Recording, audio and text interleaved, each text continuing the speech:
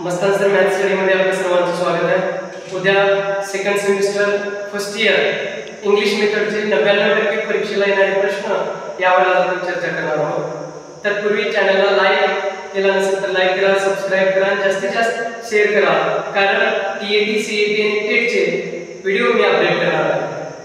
पहिला प्रश्न असा आहे, right the meaning oblique nature oblique need oblique important किंवा मेरिट ऑफ इंग्लिश लँग्वेज जर असं विचारलं तर ह्या मुद्द्याच्या आधारे तुम्हाला ते उत्तर द्यायचं। त्याच्यामध्ये काय, for communication, for business purpose, for gaining knowledge, for self development, for literature, for knowledge culture, for global communication, for exchanging feeling and thoughts, as link language, to do research. त्यानंतर असा एक प्रश्न विचारला, what is mean by correlation and write the other subject and English language correlation असा प्रश्न विचारला। त्यावेळेस तुम्हाला लिहायचं आहे English math, English science, English history, English drawing, English physical education, English work expression, English geography, English civics, English social science. त्यानंतर असा प्रश्न विचारला की what is mean by yearly plan, lesson plan and unit plan and write the important of this all. या सगळ्याचं कुणाचंही एकाच important विचारलं तर याच्यामध्ये लिहायचं save the time, overall development, activities, evaluations, timely completion of syllabus, teaching aids, teaching methods, to plan sports, to enhance the quality। या मुद्द्याच्या आधारे आपल्याला इम्पॉर्टंट लिहायचं आहे। यानंतरचा प्रश्न, write the tools of English teaching English. त्याच्यामध्ये चार्ट आहे, advertisement आहे, व्हिडिओ एड्स आहे, ऑडिओ एड्स आहे, पिक्चर रीडिंग आहे, लिसनिंग स्टोरीज आहे, वेगवेगळ्या प्रकारचे स्लाइड शो आहे, मेसेजेस आहेत, रियलिटी शोज आहेत, टीव्ही अँड रेडिओज आहेत। These are different teaching tools आपल्याला सांगता येते।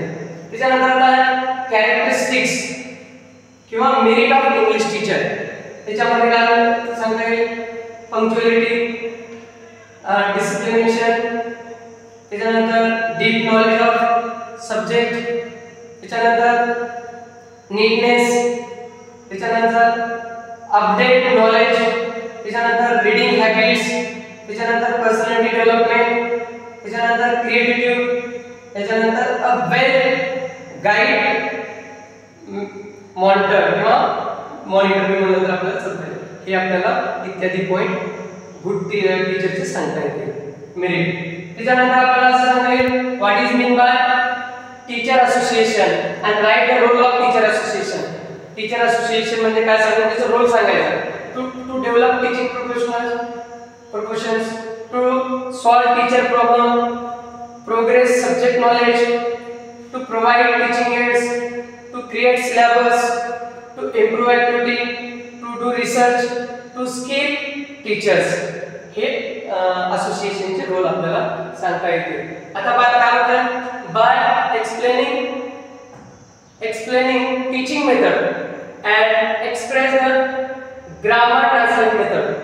वेगवेगळ्या डिफरंट टीचिंग मेथड सांगून ग्रामर ट्रान्सलेट मेथडची इन्फॉर्मेशन एक्सप्रेस करायचं तुम्हाला। त्याच्यामध्ये डिफरंट टाइप ऑफ मेथड म्हणजे questioning, explanation method, story method, discuss method, deductive method, inductive method आणि ग्रामर ट्रान्सलेशन मेथड।